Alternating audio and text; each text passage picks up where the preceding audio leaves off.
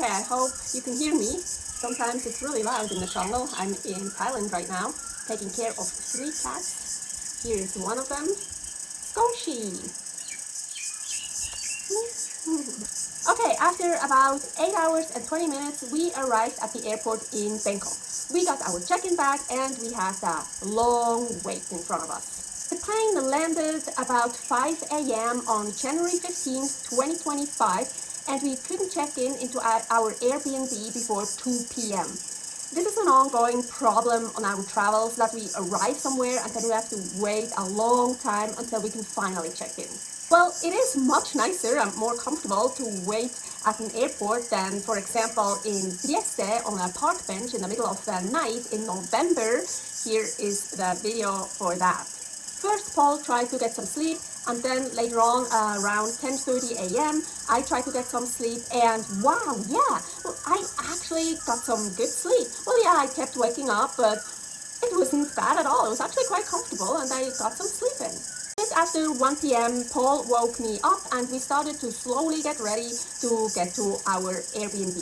We spent 8 hours at the airport waiting. I still had quite some meat in my Tupperware, and I thought, oh, I should eat all the meat before we leave the airport. But I already ate close to 2,000 calories before boarding and in the airplane. And okay, I was actually a little bit hungry when Paul woke me up, I remember, but I rather don't eat anything before a 40-minute car ride that could make me sick. So I just left the meat in the Tupperware in my meal bag, and we just walked out the airport. We didn't have any problems at all. Of course, as soon as we were outside of the airport and Paul tried to figure out where we need to go for the Grab pickup, Grab is like Uber, I got sick and nauseous already, so I went back into the airport to get rid of some diarrhea.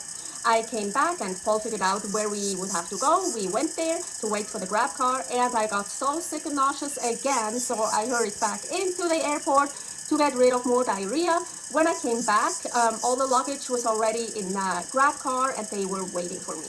While the driver drove us for about 40 minutes to our Airbnb, I took an Imodium. It was time to stop that diarrhea. I had non-stop diarrhea already for 7 days. I was super excited to see Thailand, but not so much Bangkok. I'm not a fan of big cities, and Bangkok for sure is one. Well, I am in Thailand right now again, but in the north, and here it's absolutely beautiful.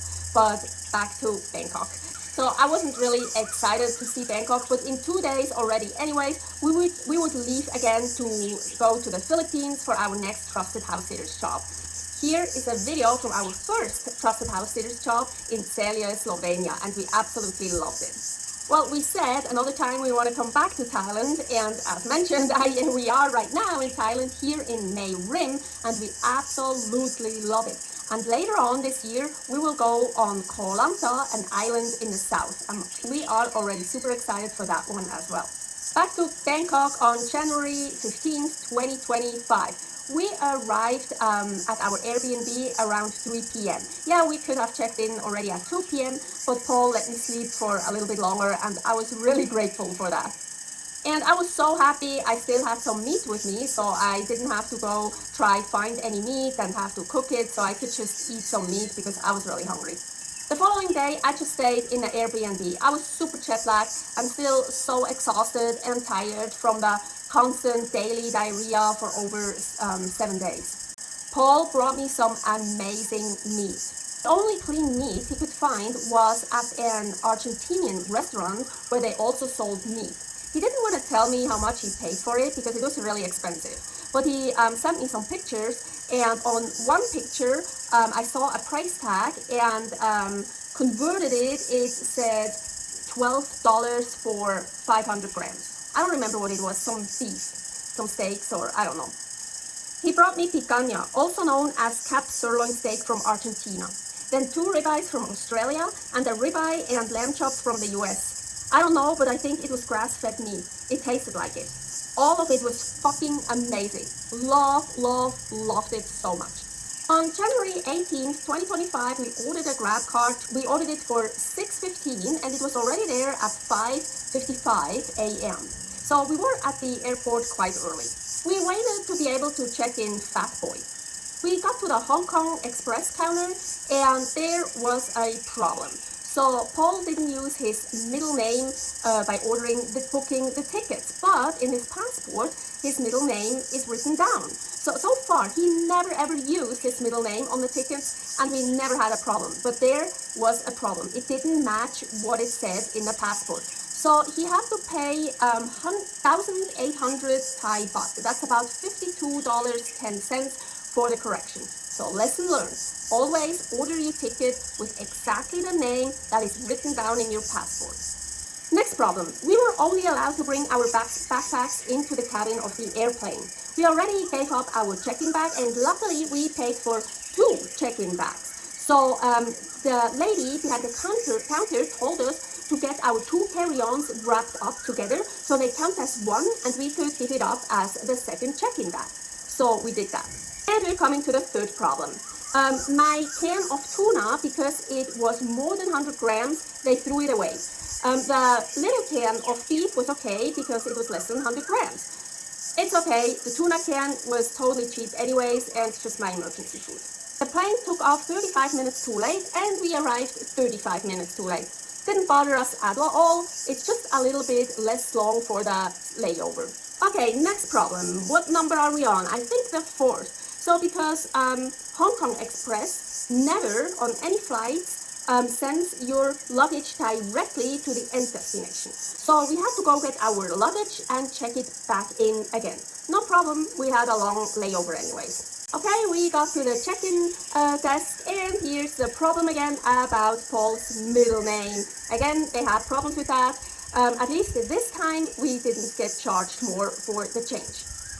Second problem, that boy, our check-in bag was too heavy. But hey, we did pay the overweight price of 2 check-in bags for 25 kilograms instead of the allowance of 20 kilograms. We paid for that for all our flights from Istanbul to Angeles, the Philippines. Oh yeah, but the overweight is each 25 kilograms for the flights from Bangkok to Hong Kong. From Hong Kong to the Philippines, the overweight is 20 kilograms, so it would have actually been even less, the allowance.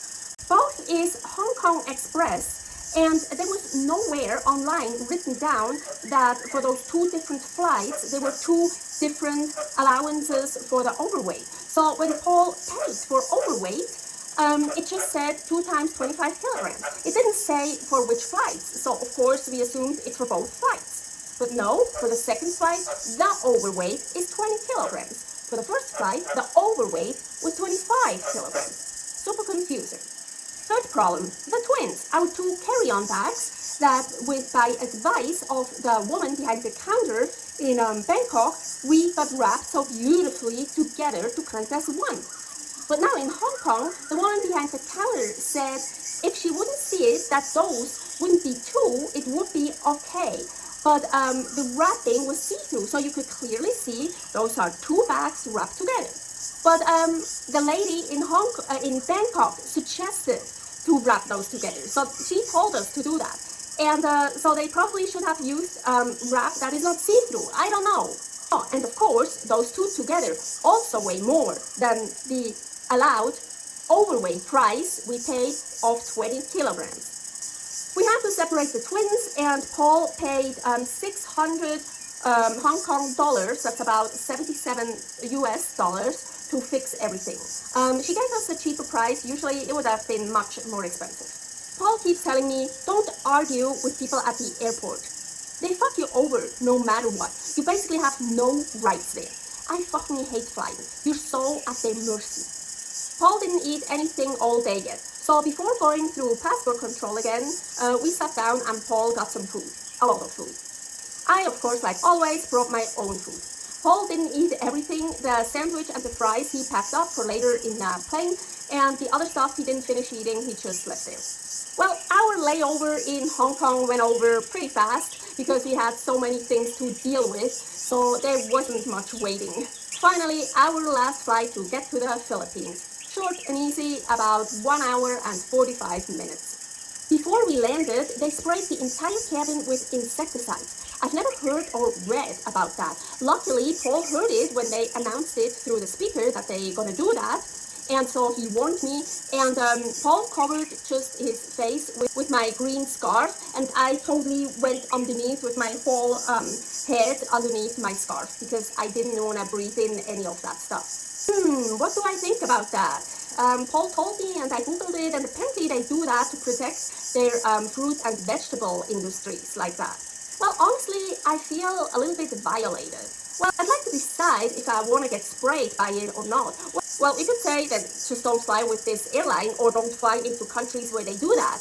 I'm really curious if that is written down somewhere when you book the flight, because I didn't book the flight. Paul did all that. He didn't tell me about that, but I don't think he read every single thing. So I'm really curious actually if it's written down somewhere. I think they should definitely let people know in advance that they're gonna do that on those flights. But honestly, I'm also too lazy to really try to figure it out if it's written down somewhere or not. But from now on, of course, we're gonna read it closely. And if there is something that it says about insecticides, I want Paul to tell me that. I told him from now on, read closely about it if something is written down or not. But so far, we haven't that happened to us anywhere else. Just in the plane from Hong Kong to the Philippines. Anyways, luckily the smell wasn't that bad, and it also didn't smell for very long. When we boarded the plane, it was much worse. There was like a smell lingering in the airplane. It smelled like Febreze or disinfectant or something like that. That bothered me much more. That's why I'm wearing my bandana basically everywhere we go. I usually always wear a bandana here around my neck, and I can put it up my nose and mouth to cover it because I'm very sensitive to all kinds of scents and smells, and they make me really nauseous. We got to Clark International Airport in the Philippines, and a lot more stuff happened, and a big surprise. But that's for the next video. Stay happy, stay healthy.